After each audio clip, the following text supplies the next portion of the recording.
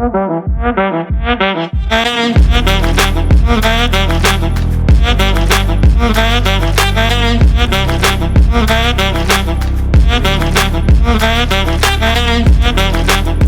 right, welcome. This is LGP's podcast, Homegrown in the Heart. This is that place where we come together and we talk to folks who have been born, raised, and grown up, and they have planted their stake firmly in the center of Washington. That is known as the heart of Washington. And here today is a dear friend of mine, one of my good friends from childhood, who is when I think of Yakima, this is who I think of. Doug Snipes. Dougie, thanks for coming on the program. It is such a pleasure to be here and to chat with you today. Great to be here, and great to be your friend. You've always had everybody's best interest in heart. You've always been a fighter since I've known you. Troublemaker from way back when. I got you. All right, Sniper, let's go back to the old days, way back, before time began. Yeah. Kid growing up out in West Valley. I don't know where they came up with this West Yakima business, but West Valley. And you were a farm kid. I was a farm kid. I grew up on a apple ranch, 125 acres. Okay. We had an original ranch of about 60 acres at the end of Occidental, and all of us kids were born there.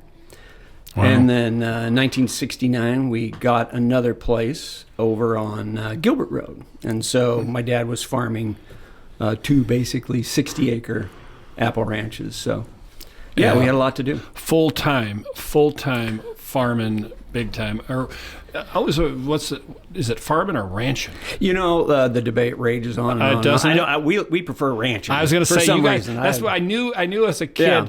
Dougie didn't live on a farm. He's a ranch. He lived on a ranch. Yeah. Okay. Yeah. You farm animals, I think. Yeah. Okay. So, and back in the day, only you would know this. What were the varieties of apples in the day when you were a kid? I think there were only two, but maybe there are a few more. I don't know. Well, there was a lot of different varieties of Red Delicious. Okay. And then you had, you had some pollinizers, which generally people planted Golden Delicious. Okay. So bees need cross-pollination to increase the yield of the reds, which is what primarily you were trying to grow. So you're bringing the apple knowledge. They pollinated a little better with Goldens. And yeah. All right. And so what give us a little bit of flavor, and this is for younger people. This answer is for younger people growing up in today's Yakima. What do you best remember about growing up on the ranch back in the late 60s, you're a 63 kid, I know that. Yeah. 60s, 70s. Some of your favorite memories about growing up on the ranch? Well, there's quite a few. I was the youngest of three. So being the youngest had its advantages. I was mostly the laborer. Get me. Yeah. I really didn't get to fix stuff like my brother did, but that was okay because I could put headphones on back then, and it was a Walkman.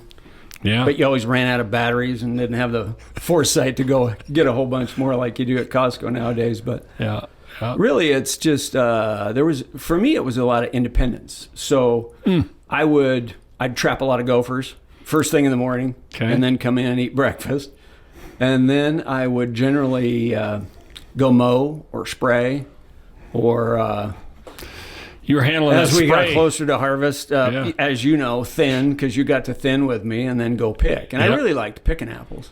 Yeah, because I think they cherry picked me a little bit. They put me into some younger trees that weren't so tall. Okay, and the fruit was a little bit bigger. So as a young kid, I could pick 6-8 bins a day, and I was just by myself, but I enjoyed it. So it was, and you make some money. As a kid. Yeah. We just kind of set it up to where us kids had to, we had to learn how to handle money. So we got paid for what we did, but we also had to buy our own stuff. So it was nice to learn financial responsibility really at an early age. And that Yakima summertime is sweetness beyond belief as a kid. At least that's what I remember. And I also remember coming out and working working the ranch a little bit with you. Yeah. Especially doing, you said, a little bit of thinning. A little bit. And we were terrible. We were terrible at thinning apples. We were distracted a lot. Distracted by all kinds of tomfoolery. Right. Well, sometimes. Yeah. And I remember Don. Big Don. Don had to set us straight a time or two. And really all he ever had to do was look at us. And we'd see the disappointment on his face that we were fooling around instead of working. We were supposed to work. And then we'd get busy. Oh, yeah. That's all had to be done back in the day. Oh, yeah. Yeah, all right. Well, that was the other nice thing about, I think, growing up on a ranch, that we didn't need help in the summertime, and, a lot of kids didn't have work. So, like you, I mean, we got to have some buddies come out and do some work, and it was good for them, too. It's a huge blessing. Yeah. Had a little camaraderie, and it kind of broke it up for us, too. Yeah, absolutely. I also remember Sarnie's with Nadine, and I just told some people today. I said, "What you eating there? What you eating there?" Yeah. And they said, "Oh, sandwiches." I said, "Those aren't sandwiches. Those are sarnies." This is a Yakima term. That's right. A sandwich is a sarnie, and it's in the afternoon heat. Yeah. With some, I don't know if it was Kool-Aid or what we were drinking. A lot of Gideon juice. And sarnies. Yeah. On our extended breaks from the orchard, which were probably far too long than they should have been. What sweet times those were. Yeah. They were. All right. Yeah. So, Dougie Snipes, we first met 8th grade, right? I believe. Yeah, if you say 8th grade at Tannum. Yeah. Those were the wild years. K through 8. With the Wildcats. Okay. That was a special season when talk a little bit about, for people who don't know this, back in the day, there was a whole athletic league of smaller schools that really, I think, allowed a lot of camaraderie and getting to know of young people in the West Valley area. Yeah, there were 5 grade schools, and they were all K through 8. We didn't have a junior high yet. As you know, we were the first class to go into the new junior high at West Valley, and we were the 9th graders. So, it was a nice little rivalry between the 5 elementary schools. Cottonwood wasn't there yet. Nope, that's right. So you got to know everybody. And then, of course, when we got to the junior high, we just melded together as, athletic groups. I think we all look forward to that. I did. Yeah. Getting to play with the guys instead of playing against them. That's right. So, it was a real blessing. Some good athletes and some good friendships.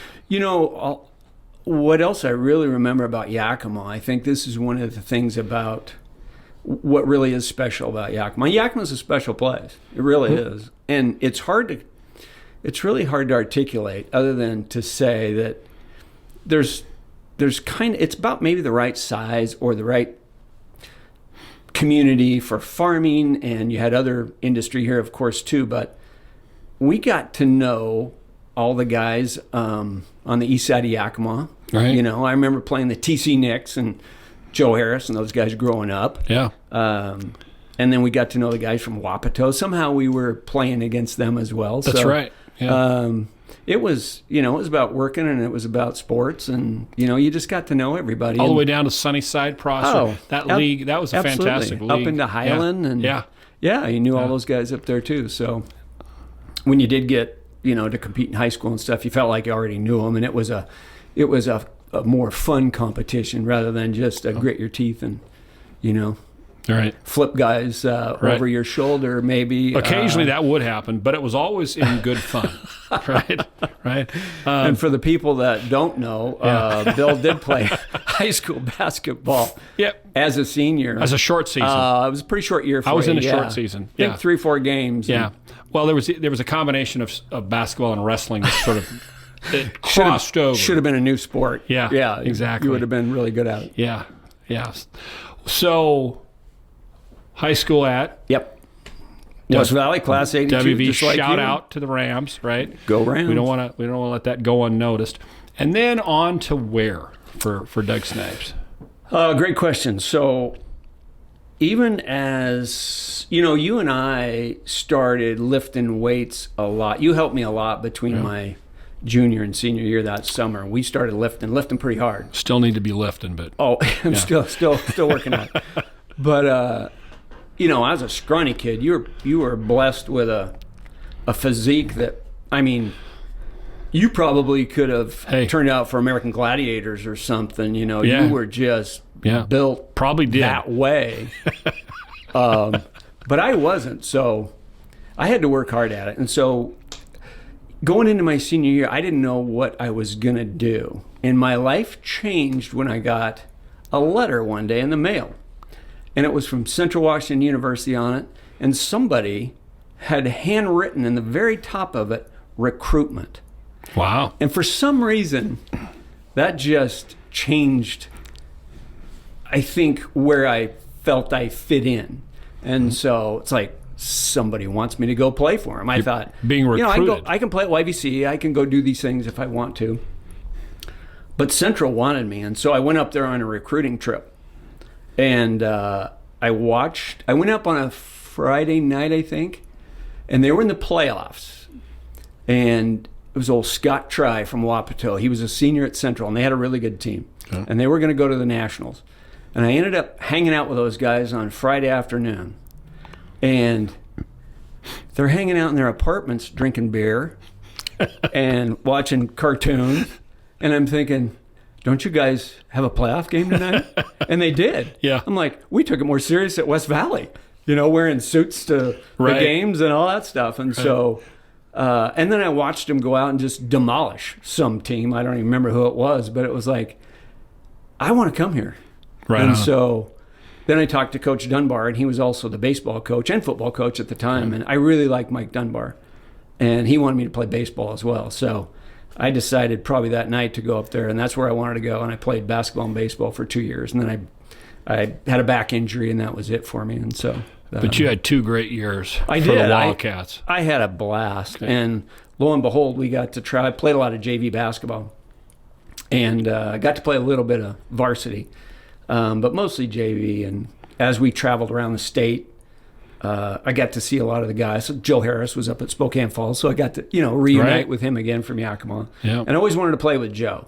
And I knew he was going to go to Central as a junior. And I really wanted, of all things, I wanted to be healthy and play with Joe at Central, and I didn't get to because of my back. But he had a pretty good career. But so let's talk a little bit about disappointment, because as the sniper I knew was a hoopster from this high. I mean, he was you were shooting threes before there were threes, okay, and you get all the way up to the college level, and then you got an injury, and things got to change. How do you work through that? It's tough.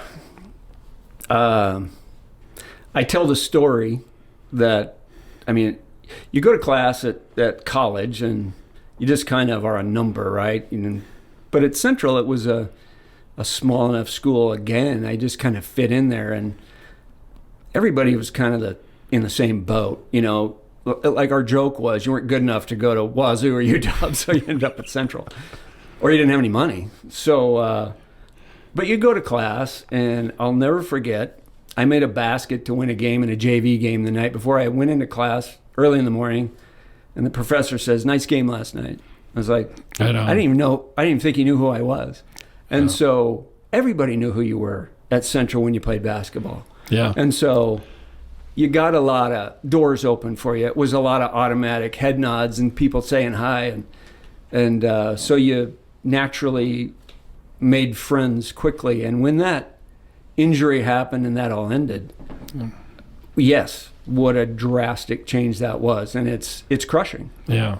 But you still have your friends. You still have relationships. You still are going to finish school because that's why you're there. And by now, as a junior, you realize I had really good parents. I had a really good upbringing, because a lot of these guys you see didn't. And you know it right away. You feel bad for them. Yeah. They're just behind already socially. Mm-hmm. And so I quickly realized how good I had it. And I knew that I needed to finish school and do something, professionally that right on. that brought pride to my family. Yeah. I was always trying to make my folks proud. Still am. And you worked. Don and Nadine. There you go. Shout out to Don and Nadine. Shout out, yeah. Yeah. Wonderful people. Yes. But yeah, it's It's tough to have it taken away. Yeah. And but you worked through it. I had a back surgery, and I did turn out for golf my senior year. Okay. At Central. Did you make the team? That was the important Well, there was part. no cuts. Okay, so you did. I like to say I made the team, right. but I never got to play in any tournaments, and I shouldn't have. So. Yeah. So you get through college, the college years, and there's a decision point there because you got to figure out where am I going to go to start my life here in the work world, and you returned to Yakima. I did, and I didn't think I was going to. Okay. Tell us about that. My degree at Central was communications, and I was going to be a public relations guy, and I graduated in 1987. And at the time, a guy named Bob Walsh was gearing up for the Goodwill Games in Seattle in 1989 because there was boycotts of Russia and the United States, I think in 80 and 84, right? If I remember right. Yeah. And Bob Walsh was, I don't know much about it, but he was trying to bring nations back together. And he's a Seattle guy, and so he put these Goodwill Games on together. They were going to be in 1989, so he was hiring every kid out of school for those 2 years, but you didn't have a job when the games were over. That was it. Right. Yeah. And so my fiance at the time was graduating from Seattle U, and I thought she was probably going to end up in Seattle. She liked it over there in the medical community, and she ended up getting a job before she got out of school at Memorial Hospital in Yakima. Okay. So for us, it was easy to come back to Yakima. And I came back and worked on the ranch, not the farm. Okay. And my dad said, hey, you really need to get into sales. And he knew some guys, that packed fruit and sold fruit. So I would call a guy and that he bowled with, and I said, hey, I'm looking for a job. I want to be a fruit salesman. He says, well, I'm going to hire a fruit salesman, but I'm not ready yet. He says, so call me once a month and check in with me, and I'll let you know when I'm ready. So I got a call one day from a packaging company in Yakima, and they had sold him packaging supplies, and they were looking for a guy. And so he told them about me, and that's how I got hooked up, and I've been there for 35 years. 35 years. Same company. Love it. Okay. So Fruit Packers, shout out. I was going to say shout out to Fruit Packers. Good people. Tell us a little bit about this. This is a part of the valley, significant part of the valley, and that is folks who support the people growing the food that we ship around the world. Tell us a little bit about that industry. You've been in it for 30 plus years now. It's a long haul for any season. Tell us about it. Explain it. What it is. What makes that part of this industry for the valley? Well, I can only go into a little bit of a brief history on apples. I don't want to spend a whole lot of time on it. Give us the history. I'd be probably doing it a disservice, other than to tell you that it's a perfect apple growing region in central Washington, from Yakima, south of Yakima, up through the Okanagan, and now you've got a lot of apples being grown down through Pasco and down through Hermiston and that whole area, just because there's water, there's loamy soil, stuff grows a little bit quicker. Most of the apples up until 1955 were grown in Spokane. Okay. And there was a freeze. It got down to, I don't know, minus 20 or something like that. I guess you could hear the bark cracking on the trees. It was so bad. Okay. It just make you sick. Yeah. And so when you go to Spokane, there's still a lot of reference to apple. Well, that's why, is because they were an apple growing region. So, obviously people settled in Spokane and brought apples with them, the seeds or whatever, and tried to propagate there. And eventually it just got into warmer climates, which was more towards Yakima and Wenatchee. So that's why we're here. But with the volcanic soil and with the climate and with the weather that we have, it just creates a perfect apple. And we can grow what we call a type E apple, which is long. You see that long, stretchy out red? Yeah. Nobody in the world can grow that.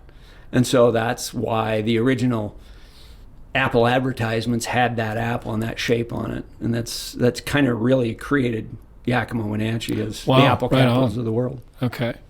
Despite the fact that New York City tries to make the claim that a big apple, I don't know if they have any. I'm not sure what that's about. What does that mean? Yeah. Okay. So your industry, your profession, you support these folks growing this food, and it's with packaging and what are the things that you do? Because I'm thinking about young people watching this going, maybe someday I want to live here in Yakima and I want to be involved in either the packing industry or the apple growing industry or harvest of some sort.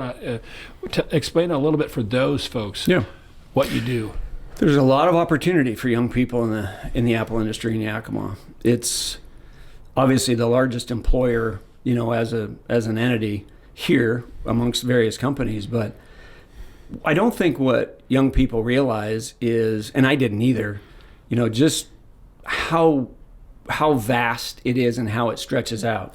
Yes, you have all your apple growers, but you've got your apple production facilities or the packing sheds, and they all employ 300 to 400 people, and then you've got people like us in the packaging business, and we stretch out and pull supplies in from all over the state and out of state. We get bags from China. I mean, we are literally international packaging company where we source from.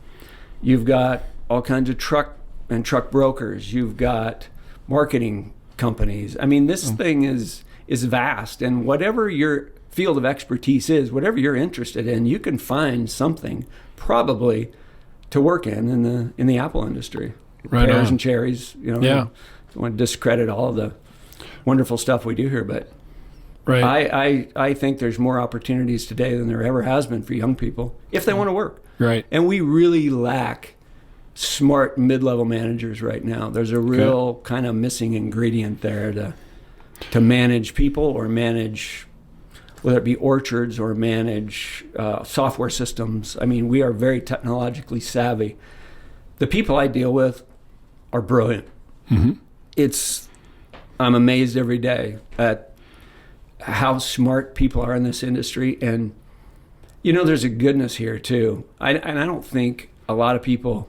I felt it. I went to a seminar Tuesday in Suncadia, and the new CEO of this company is from New Jersey, and just listening to him, I realized sometimes step out of this thing and look at it from another angle. And it's like, what we're doing here is really, really important.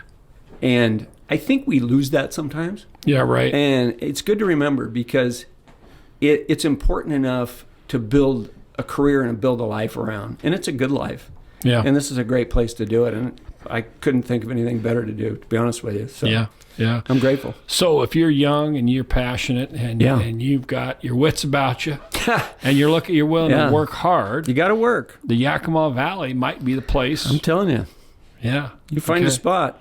If you want to dive in, buddy, you can find a spot. You force your way in. Right. Always looking for young, aggressive people. Very good. So tell me a little bit about having lived here, born and raised here your entire life. What are some of the challenges? I don't want to go negative with our podcast. I always try to stay away from that. I'll sometimes fail, but I try to stay away from that. What are some of the challenges that you can see here in the Valley? That's the first question. Okay. Well, our community, like every community, is ever changing. Okay. The diversity here now is completely different than it was when you and I were growing up. Right. The way that the Yakima city is governed is different as well. There's more challenges, more legal challenges. You're on that side of it. Right. And I think from the outside looking in, it frustrates most of us because I think we see what it could become. Right. And there's just barriers to that. And whether they be natural or man-created or both, or whatever that is, we've got a beautiful area. We've got water. We've got soil. We've got a workforce. I mean, why can't we be more? Right. And I think, that's probably one of the frustrating things. But that's on a more macro level. And I'm a finger pointer at government. Here we go. So but I'm always like I just want. This is a shout out. This is a shout out for Yakima leadership. Don't get in people's way. Don't, as in terms of government, and not just Yakima. Don't get in people's way. Let people have the freedom to grow and to expand, and don't put up barriers. And that's the one thing I see sometimes that I'm a little, a little miffed at times, where I think, gosh, government, don't get in the way and block people and stymie them from being creative and actually bringing abundance and growth and prosperity to our valley. So that's the one thing, I guess, and I think we're probably synced up on that. Shifting gears on the positive side of things, and again, trying to stay on a plus side, looking into the future. What do you see? What do you see for the Yakima Valley and for people who want to come and plant their stake right here? Yeah. I would highly encourage it. We saw the world change with COVID. You had more people working from home. You had probably more people locating here. Yeah. There's still growth. There's still potential. If you like weather, if you like being in a smaller community, but yet you have the world, that you can access. Nobody knows that better than you. Yep. We grew up, a lot of people said, oh, there's nothing to do in Yakima. Well, okay. We found a lot Get to out. do. It's not that hard. We found a lot to do in Yakima. Gosh, we, you and I went to, we traveled a little bit right after that. And right. Shoot, we went to Hollywood and. That's right. You name it. Who'd we see along the way? You can run into celebrities. Well, we actually, there's a little known fact. We actually did box with Muhammad Ali. That's fact. Yeah. Huh. Really? That's funny. Huh. I believe that's you throwing a punch at the greatest. That was the left hook that went over the top. He didn't see it coming. The bodyguards weren't happy with that. I don't think they were. Yeah. But look at you. Yeah. Yeah, and that is Lee. That is Lee. Yeah. That is. Even in Philly, and only a couple of boys from Yakima, right, could have that experience. So yeah. And on this trip, it was the same trip that we saw.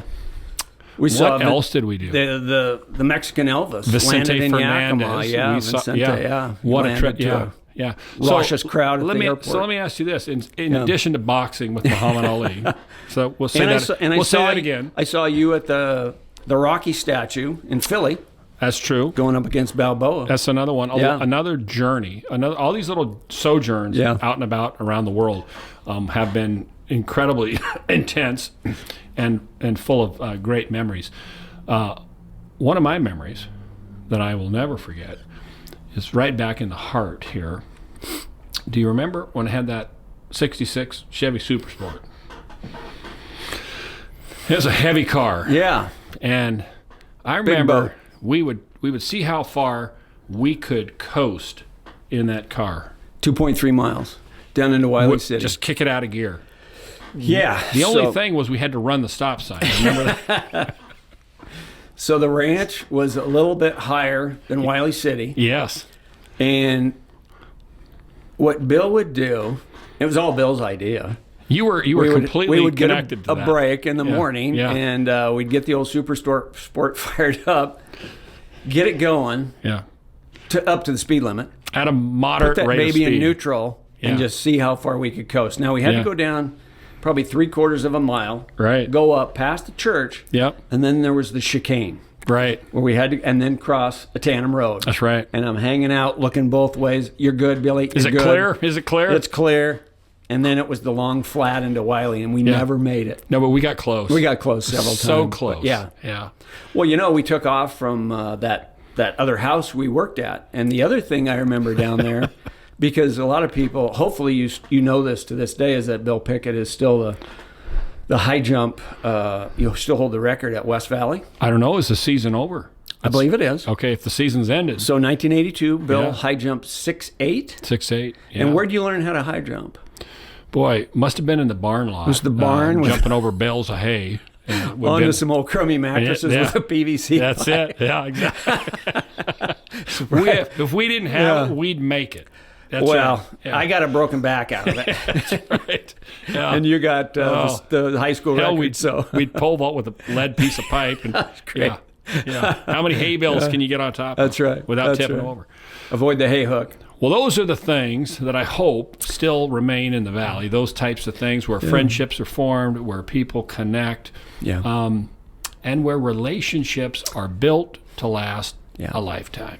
I think that's really what I would really focus on is I think the Yakima Valley really lent itself to, at least the time in the era where we grew up was, we didn't have all these distractions. And so it was really relationships, and it was friendships that last forever, and they still do. And I mean, we're still talking about it to this day, and I wouldn't give that up for anything. So right on. I can just encourage anybody young to just really put the cell phone down and, spend time with your friends and build those relationships, because that's what's going to carry you through. And I like it ain't going to be the internet. I like it. Words of wisdom from the sniper. Okay. And the charge and the call to action is that very thing right there. Put that cell phone down. Kick that addiction to the side. Look your friends in the eye. Break some bread together and show each other the love. Amen. Right on. Thanks, Doug. Thanks.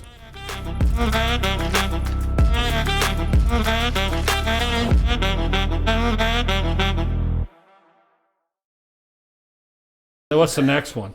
Is that on there? We're gonna pop this one. Oh, you're terrible. You're terrible. You cannot put that on there ever. We're gonna sneak. That was Body for Life. That's why I mentioned the Gladiators. Yeah, you cannot put that. I will refuse. Gladiators. Yeah. I'm gonna send it to your wife. Okay. Yeah, she'll like it. She'll get a kick out of that. Put that in there. God. You see, I always knew it was a danger having Dougie come on the show, because he has all this information that he can just pass out. Tip of the iceberg. You know who painted those stripes? My wife did. Yeah. Wow, I got to get in shape. That inspires me. Inspires me. How old were you? That was only a couple years ago. I mean, yeah.